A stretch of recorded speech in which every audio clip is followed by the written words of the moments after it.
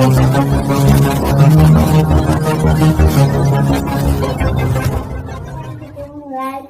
di channel Maria Salim.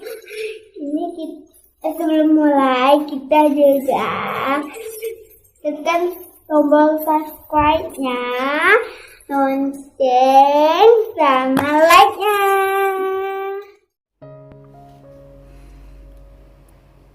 Baiklah, hari ini kita akan belajar tentang teknologi pangan.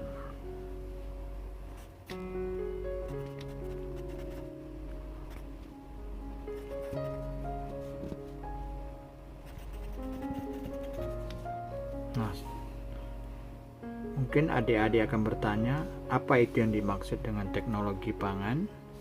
Baiklah, akan kakak jelaskan dulu. Apa itu pangan? Yang pertama, pangan ini artinya adalah makanan.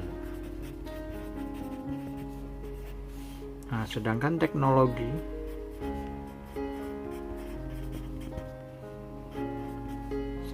teknologi artinya adalah ilmu pengetahuan. Jadi teknologi adalah ilmu pengetahuan. Nah, apa yang dimaksud dengan teknologi pangan? Teknologi pangan adalah penggunaan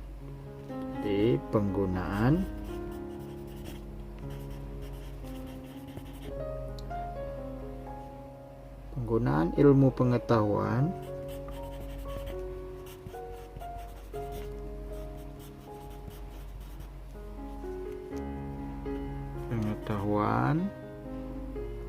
untuk mengolah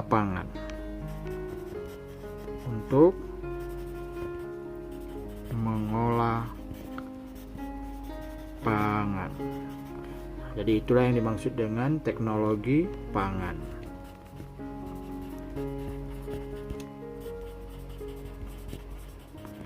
Nah, pangan ini terbagi dua. Yang pertama yaitu pangan yang berasal dari hasil pertanian.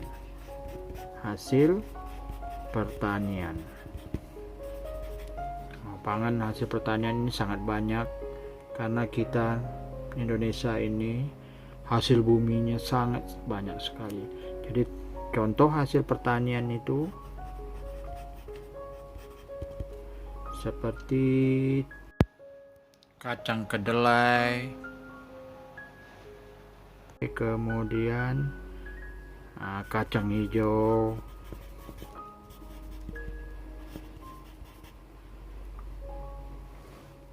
jagung, padi, tumbuh-tumbuhan, yang jelas tumbuh-tumbuhan dan buah-buahan.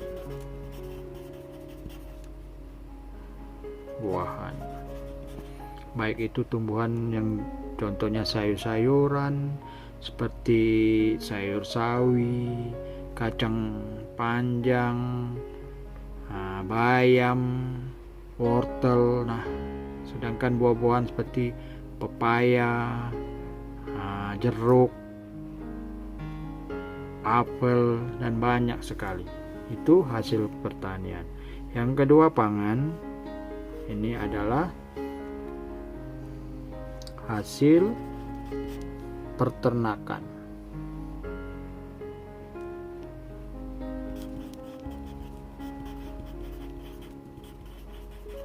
Nah, hasil peternakan ini banyak sekali. Contohnya misalnya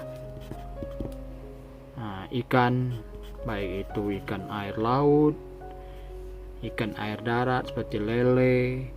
Nah, kemudian telur ayam. Setelah telur misalnya daging. Daging ini banyak, bisa daging ayam, daging sapi, banyak sekali. Dan susu.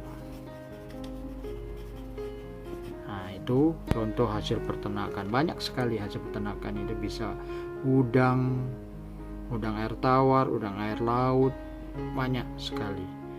Nah, itulah tadi 2 hasil pertanian. Nah, 2 hasil pertanian ini dan hasil peternakan ini tidak akan tahan lama dan paling cepat busuk.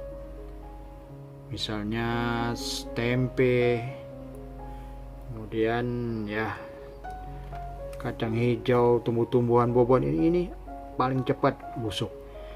Nah, sedangkan ikan atau telur, daging, susu juga cepat busuk dari hasil peternakan ini. Nah, supaya hasil pertanian ini atau hasil peternakan ini, bahan pangan ini akan tahan lama, bisa tahan misalnya berminggu-minggu, berbulan-bulan, bahkan bisa tahan bertahun-tahun. Nah, makanya kita menggunakan teknologi pangan ini untuk membuat pangan atau hasil pertanian dan peternakan ini tahan lama. Kedelai ini, hasil pertanian ini akan diolah dengan teknologi pangan. Ini akan menjadikan dia seperti tempe. Jadi kacang kedelai ini bisa menghasilkan seperti tempe atau tahu. Nah, tahu tempe ini apabila kalau misalnya dikemas lagi dengan teknologi pangan, bisa digoreng atau dibakar atau segala macam. Nah, ini digoreng, ditambah lagi kemasannya dengan menggunakan misalnya plastik. Nah, ini bisa tahan lebih lama, bisa tahan berminggu, berbulan, bahkan bisa bertahun-tahun. Atau tempe ini diolah lagi bisa jadi tempe bacem dan dimasuk dalam kaleng. Nah, ini bisa tahan bertahun-tahun. Kemudian misalnya susu kita umpamakan.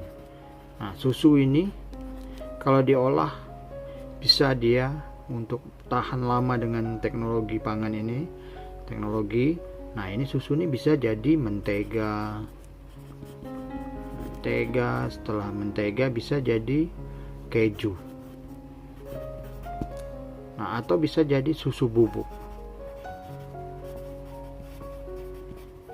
Nah, ini akan tahan sangat lama sekali, bisa berbulan-bulan, bahkan bisa bertahun-tahun.